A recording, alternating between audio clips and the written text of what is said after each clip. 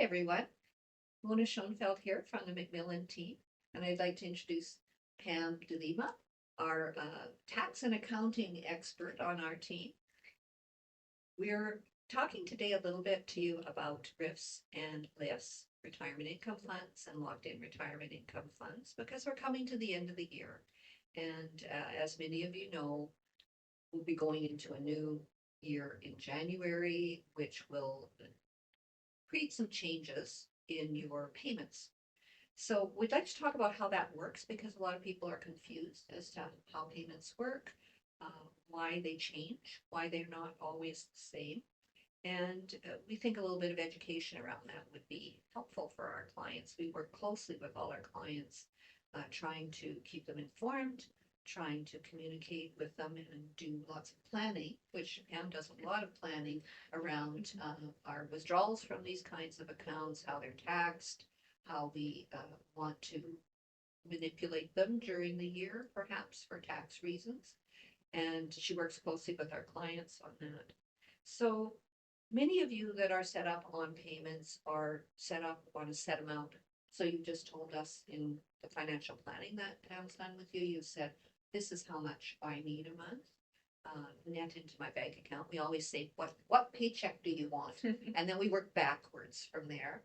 And so many of you are on a set amount, in which case your payments will not change going into the new year. But a number of you have elected to use the government calculated amounts for your withdrawals. And so Pam's going to talk a little bit to you about what a minimum withdrawal is, what a maximum withdrawal is, and how they get calculated so that you can understand the underlying math behind what we do.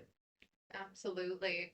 So every year there's a reset, and the calculation for minimum and maximum withdrawals is based on your age and the value of the portfolio at December 31st.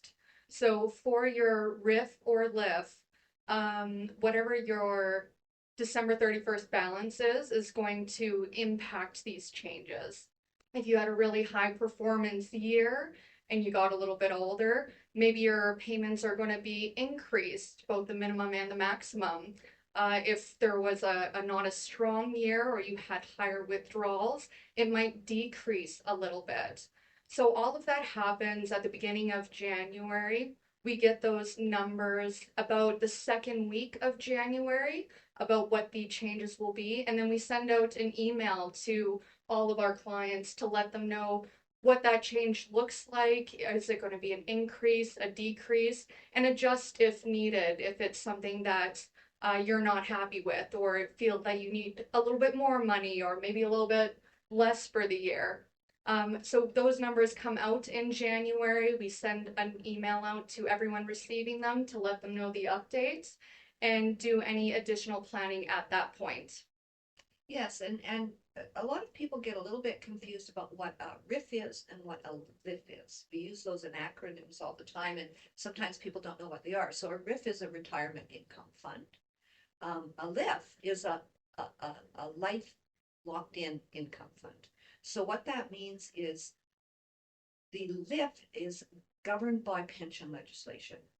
And pension legislation, what they're trying to dictate through the legislation is that the LIF, the locked-in account, is supposed to retire, keep you in a pension for life. So they have more strict calculations around a locked-in plan than a regular plan.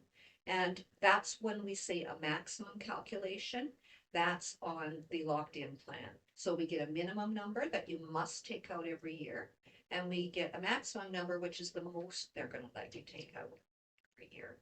The maximum is interesting because it gets calculated two ways. One calculation is the normal calculation based on the valuation at the end of the year and your age in January 1st. The other calculation is based on the performance also of the portfolio. So we've had a number of years recently, the last several years, where we've outperformed quite significantly in the portfolio. So I have had some clients be very pleasantly surprised by the maximum payment that they're allowed to take out because it's substantially higher than the year before. So that's why we work with these numbers. Pam analyzes these numbers to say, oh, gee, you know, you wanted this much a month, your maximum is increased to this much. Do we need to adjust something somewhere else? The only rules with a RIF and a LIF account is that you must take the minimum every year. Once you've converted to this type of account, you must take the minimum. But that's really the only rule around it.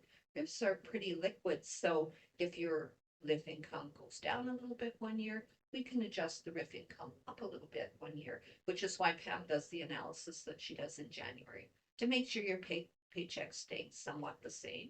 Or if you tell us you need more, then we work that into our calculation. So we hope that this has helped you understand a little bit more about how these types of accounts work, how the calculations work, why your numbers might be a little bit different when you see your first deposit in January. Those of you that are receiving payments in the first half of the month, before the 15th, might not have yet received our communication about what your changes might be. So just reach out if you have any questions about what you receive, but you will be receiving communication, and in particular when there's a difference between the payments in the years. I think that's it for today. Thank you. Bye. Okay.